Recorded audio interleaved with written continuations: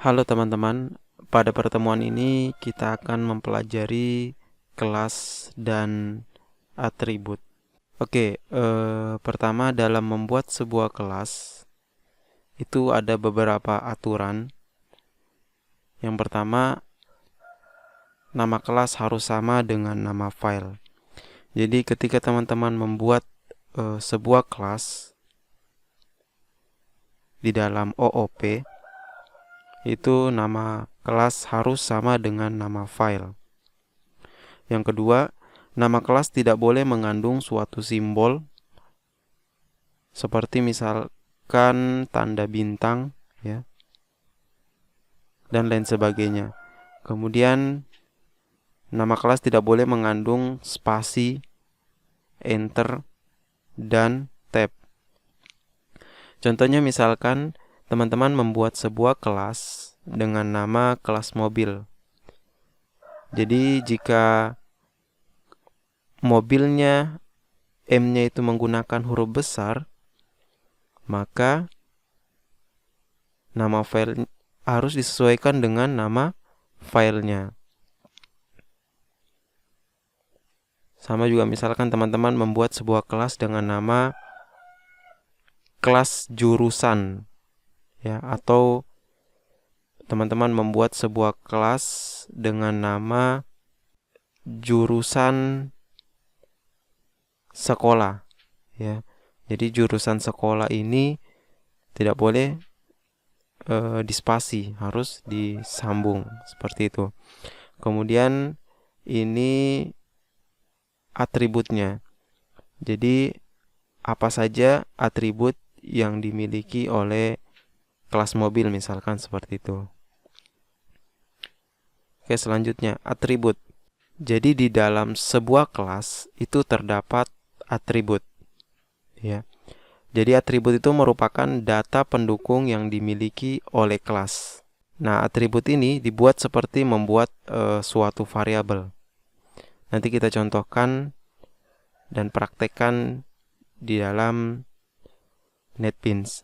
Nah, ini cara membuat atribut. Yang pertama kita tentukan dulu kelasnya, ya, nama kelasnya apa. Misalkan kita buat kelas dengan nama kelas mobil misalkan. Kemudian atributnya, ya, atau data pendukung, ya, yang dimiliki oleh kelas mobil itu apa? Misalkan merek, ya. Mereknya apa?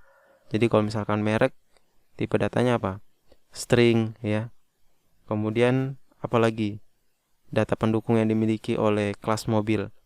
Misalkan warnanya. Jadi warnanya berarti kalau warna string juga, ya. String warna.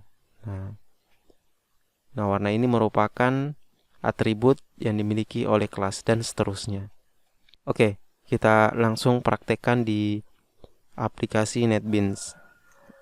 Oke, ini merupakan tampilan program di dalam NetBeans, ya. Untuk membuat sebuah kelas sangat mudah, ya. Nah, karena kita ini membuat dari awal, kita buat projectnya terlebih dahulu. Caranya teman-teman bisa klik file, kemudian new project. Nah, kemudian teman-teman bisa pilih ini, ya. Kemudian next. Nah, ini nama projectnya. Misalkan belajar OOP, ya. Belajar Java OOP.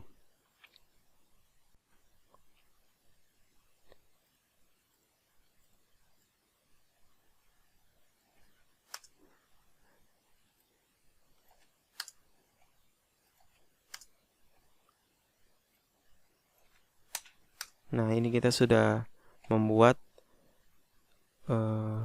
project dengan nama belajar Java OOP. Untuk membuat sebuah kelas, teman-teman bisa membuatnya di sini ya, di folder belajar Java OOP. Kemudian teman-teman klik kanan, kemudian new, kemudian teman-teman bisa pilih yang Java class. Nah, misalkan kita membuat sebuah kelas dengan nama kelas mobil ya. Nah, ini merupakan kelasnya.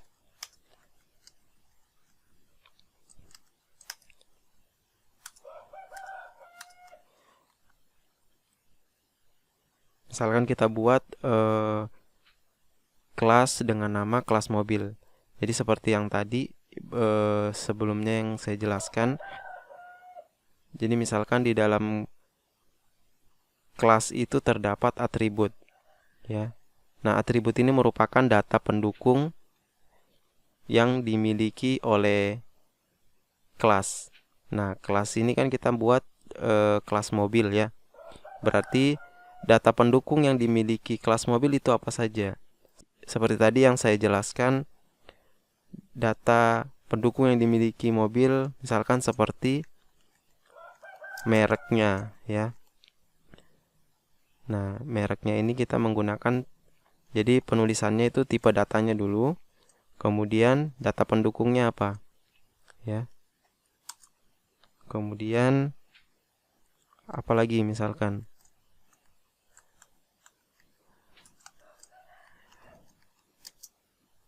warnanya ya.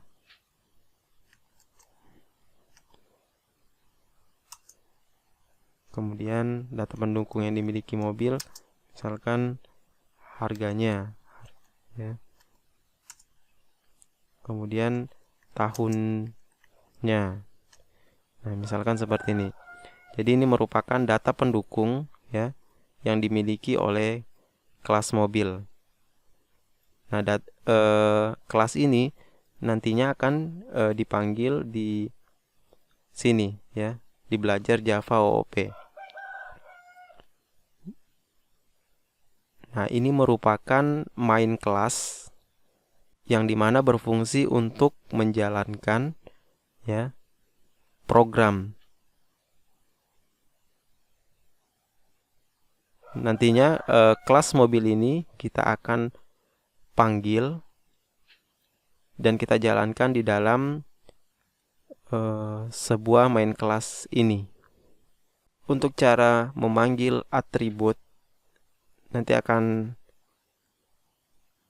saya jelaskan di pertemuan berikutnya. Terima kasih.